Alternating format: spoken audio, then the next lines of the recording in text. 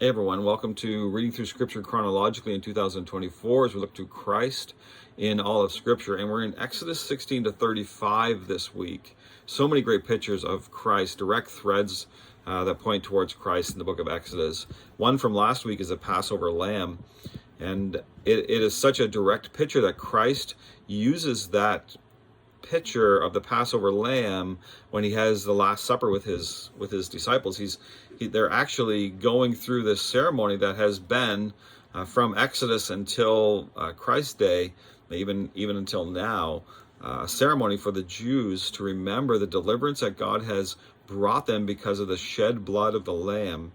Out of slavery, and how he has he will wed himself to his people through this deliverance. And so Christ picks that up as he offers to his disciples the bread and the cup and says, "Do this in remembrance of me."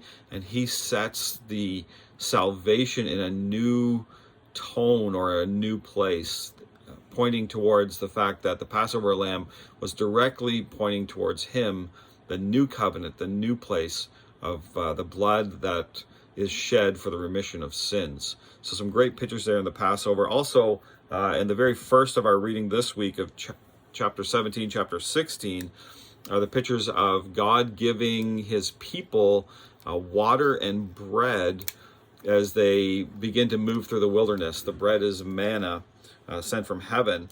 Christ uses this in John chapter 7.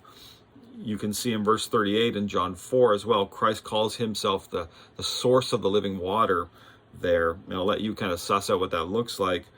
But in John 6, there's a great picture that Christ uses as well after he feeds the 5,000. In John 6, they come, they're following him across the sea, and they're looking for him.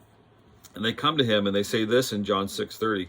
So they say to him, "Then what sign do you do, that we may see and believe you? What work do you perform? Our fathers ate the manna in the wilderness, as is written, he gave them bread from heaven to eat." And Jesus then said to them, "Truly, truly, I say to you, it was not Moses who gave you the bread from heaven, but my Father gives you the true bread from heaven. For the bread of God is he who comes down from heaven and gives life to the world."